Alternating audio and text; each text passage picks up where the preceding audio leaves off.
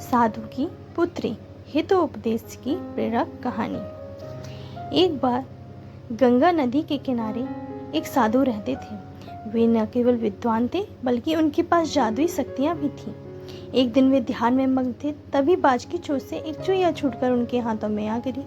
उसकी छोटी सी काली पूंछ व चमकीली आंखें देखी, उन्हें वह बहुत अच्छी लगी।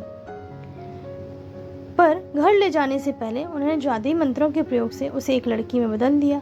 वे उस लड़की को घर ले जाकर पत्नी से बोले, तो हमेशा से संतान चाहती थी ना, तो लो, आज से यही हमारी पुत्री है। इसे पूरी देखभाल व स्नेह के साथ पालो।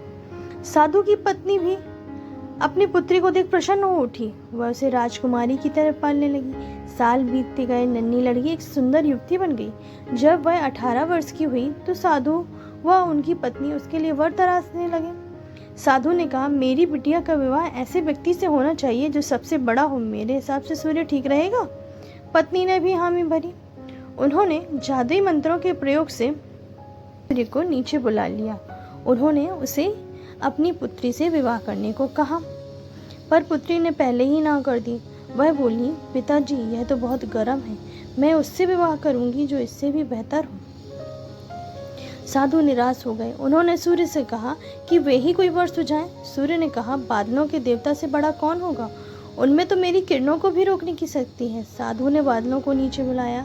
वो अपनी पुत्री से विवाह करने को कहा, पर इस बार पुत्री ने फिर मना कर दिया। वह बोली, ये तो कितना बदसूरत है, मैं इससे विवाह नहीं कर सकती। साधु ने बादल देवता से कहा कि वही कोई अच्छा वर सुझा दें।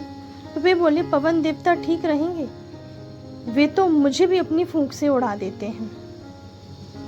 साधु ने पवन देवता को नीचे बुलाया और उनसे अपनी पुत्री से विवाह करने को कहा, पर पुत्री ने इस बार फिर इनकार कर दिया।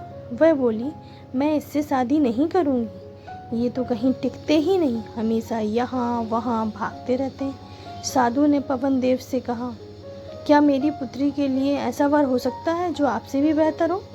पवन देव ने कहा कि पर्वत देव मजबूत व ऊंचे हैं, वे मेरा भी रास्ता रोक देते हैं।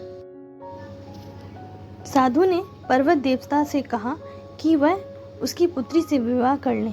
पुत्री ने फिर से मना कर दिया। वह बोली, ये तो बहुत लंबे, सख्त, कठोर हैं, मैं इनसे विवाह नहीं कर सकती, मुझे कुछ इनसे बेहतर चाहिए। तब पर्वत देव ने चूहे का नाम सुझाया। वे बोले, माना मैं काफ़ी सख्त, मजबूत व ऊंचा हूँ, पर चूहे मुझमें भी आसानी से बिल बना सकते हैं। साधु ने चूहे को बुलाया। उसे देखते ही उसकी पुत्री खुशी से उछल पड़ी। हाँ पिताजी, यही तो है वह, मैं जिससे शादी करना चाहती थी। साधु ने सोचा, इसे ही किस्मत कहते हैं। यह एक चूहिया थी और एक चूहे से विवाह करना ही इसके भाग्य में लिखा था। उन्होंने जादुई मंत्रों के प्रभाव से पुत्री को फिर से चूहिया बना दिया। चूहा व चूहिया विवाह करके खुशी खुशी रहने लगे।